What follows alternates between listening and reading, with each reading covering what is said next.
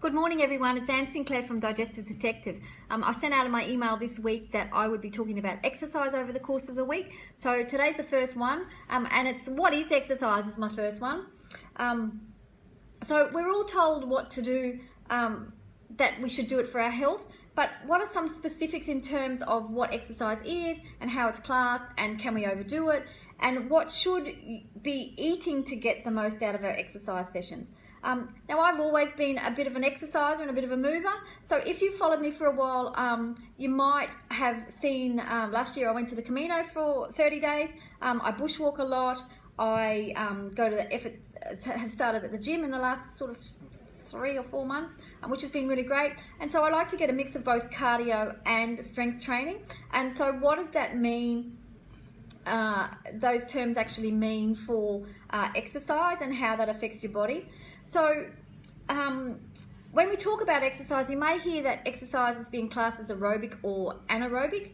When I think of aerobic exercise, I think of Jane Fonda in the 70s and 80s doing her thing on the telly with the G-string tights and the lycra leggings and all that sort of stuff, or Olivia Newton-John with a headband doing physical. So that's what I think when I hear about aerobic exercises. So an anaerobic exercise often refers to whether or not oxygen is required at a cellular level to aid in the energy production and utilization for that activity. So as the name suggests, aerobic requires oxygen, anaerobic doesn't require oxygen. So the type of energy production you need is dependent on the activity that you're doing. So to start with, I'm going to run through quickly through the exercise guidelines, which even though they're American, our Australian guidelines are based on them. So the American Heart Association for healthy adults from 18 to 65, which we use as a guide here.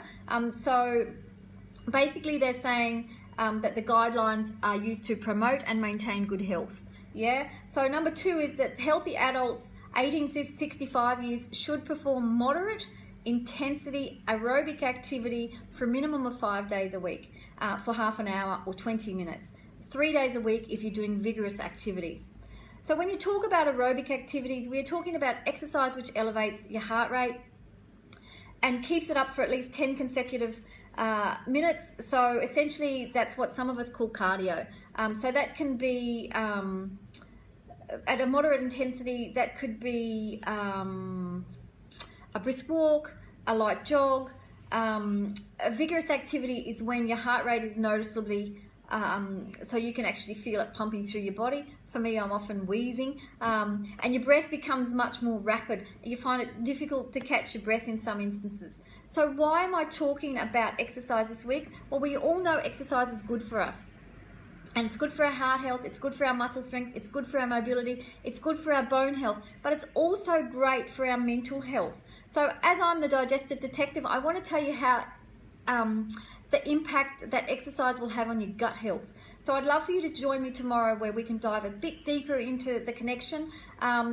So you can book in for a free 15-minute if you need extra advice around anything this week, or if you've got questions you want to ask me about something, please book in. If you would love to help me share or make a comment so Facebook can see it and other people can see it from that'd be terrific. A lot of effort goes into making these things, thanks Jenna. So it would be really terrific if you could help by liking and sharing them to me. And tomorrow we're going to talk about the physiology of the gut connection and how that impacts with the exercise we're doing and how it impacts our gut. So I look forward to seeing you then. Have a great day, everybody. Bye.